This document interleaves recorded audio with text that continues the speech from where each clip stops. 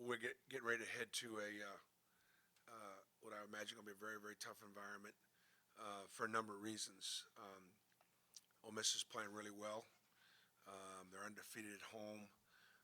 I guess Auburn and Ole Miss are two of the two of only 14 Power Six teams that are undefeated. Um, and I remember congratulating Coach Beard before we played.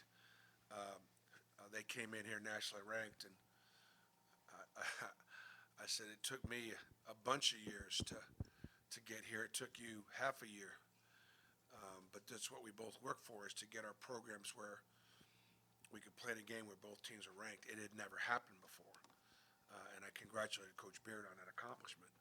Um, and then we proceeded to play our best game of the year, and I knew it when it was going on, and I knew it right afterwards, and um, we just couldn't play any better.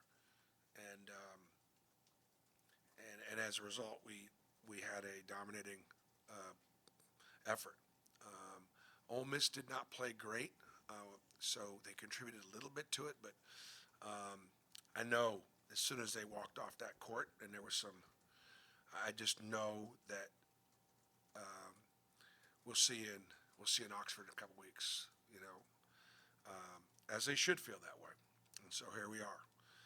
Um, it'll be another sellout, back-to-back road game sellout.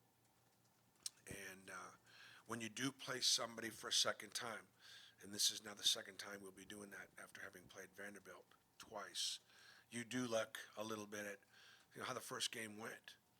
And obviously we would do things in that game that we thought would be successful, and they were. And so uh, play a lot of your cards, and we played a really good hand. So the question is going to be, what adjustments do we make? What adjustments can we anticipate they're going to make? Um, and it should be a great, great, great contest. Um, Before I take questions, I wanted to start off by congratulating Janai Broom. It just was announced that he's a final 10 of the Kareem Abdul-Jabbar Center of the Year Award. Um, he is still in the top 20 for the Wooden Player of the Year finalist.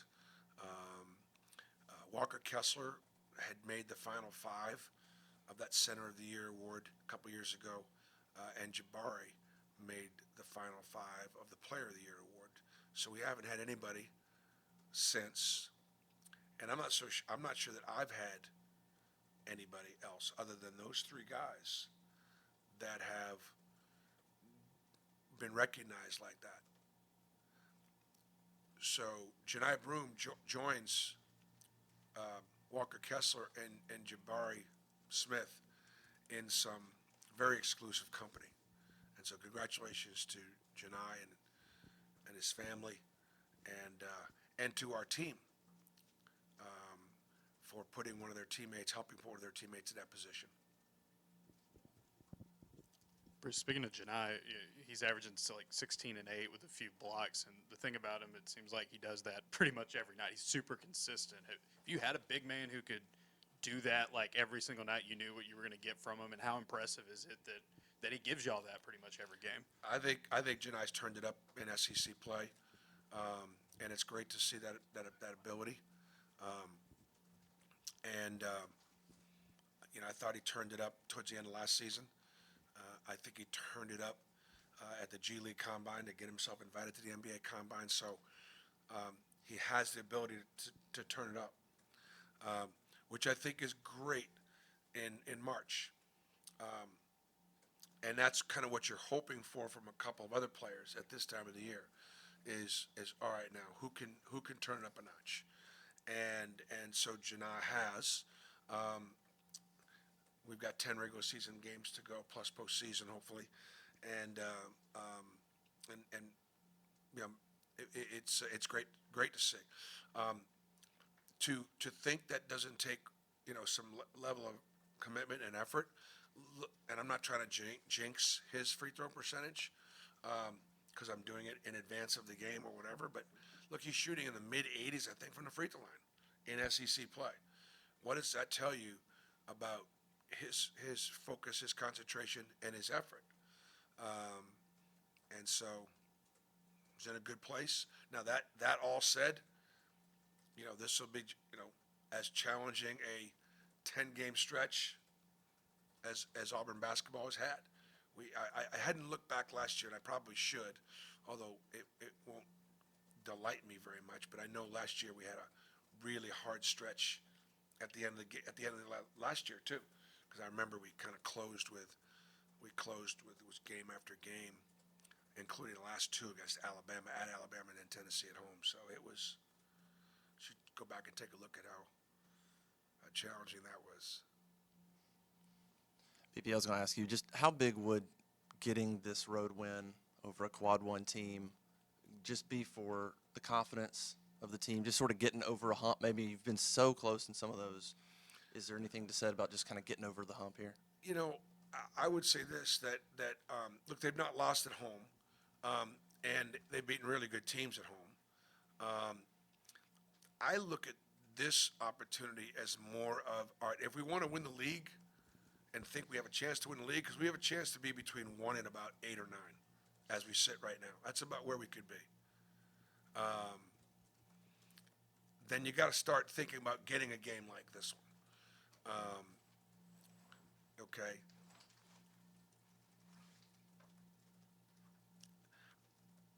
I don't know how much it affects our confidence. We know the things that we have to do on the road. We got to take care of the ball. We got to make shots, shoot it better. Obviously, we've not shot the ball from 3 particularly on the road as well. And we got to continue to improve our rebounding. We do those things, and we give ourselves a chance. We don't improve in those areas, and then we will continue to beat really good teams on the road. Right, we went 4-6 in our last 10 last year. So what now? We went 4-6 in our last 10 last year. Yeah. So last year We were at Tennessee, at A&M, at Vanderbilt, at Kentucky, at Alabama, Tennessee at home. yeah, tough. 3 in a row for them since losing in here. I guess anything you've noticed for scouting them the first time around versus this time, any improvements you've noticed from this team?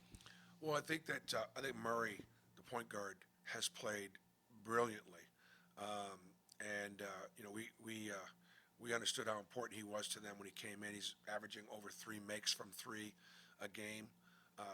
His assist turnover ratio is 6-1 at home.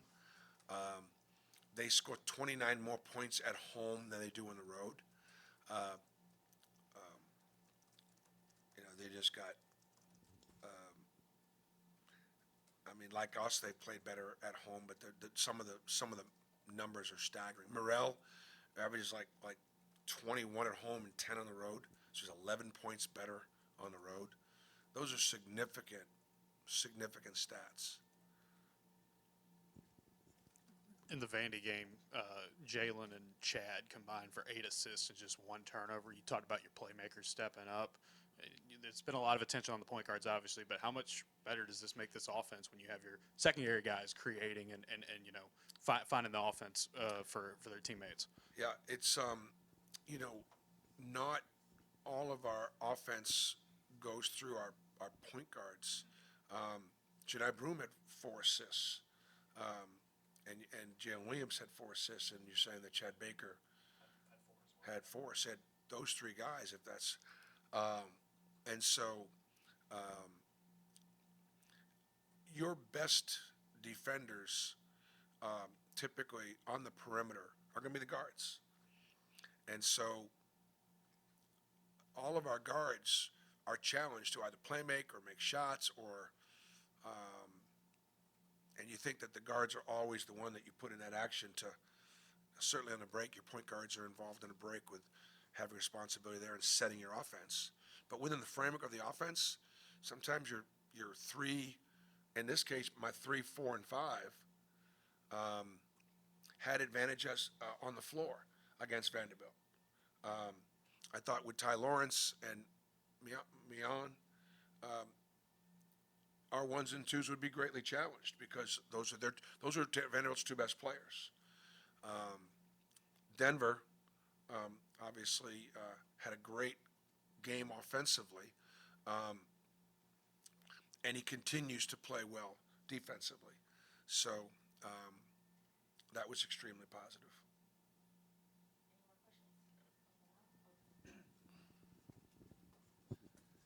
When we talked to Janai after the game on Wednesday, he was talking about how he felt like the offense, the guys have a sense that somebody's going to pick them up. You know, they'll figure it out. But defense, everybody's got to be locked in.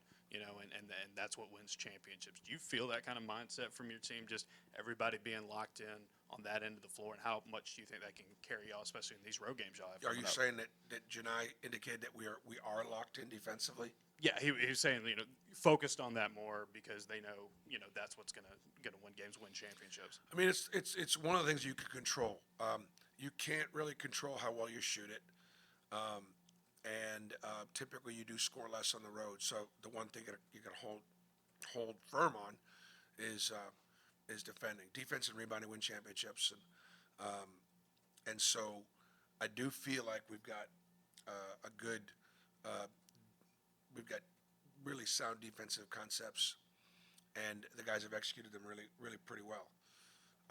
Perhaps better than I would have expected.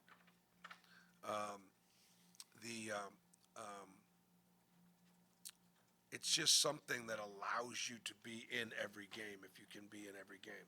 It's one of the things that you can control, and so that's certainly what we focus on. We probably spend 75 to 80% of our scout and our preparation on how to defend. And and yet yesterday in practice, we actually spent more time on our offense, just simply because the offenses are going to be challenged, particularly in the road.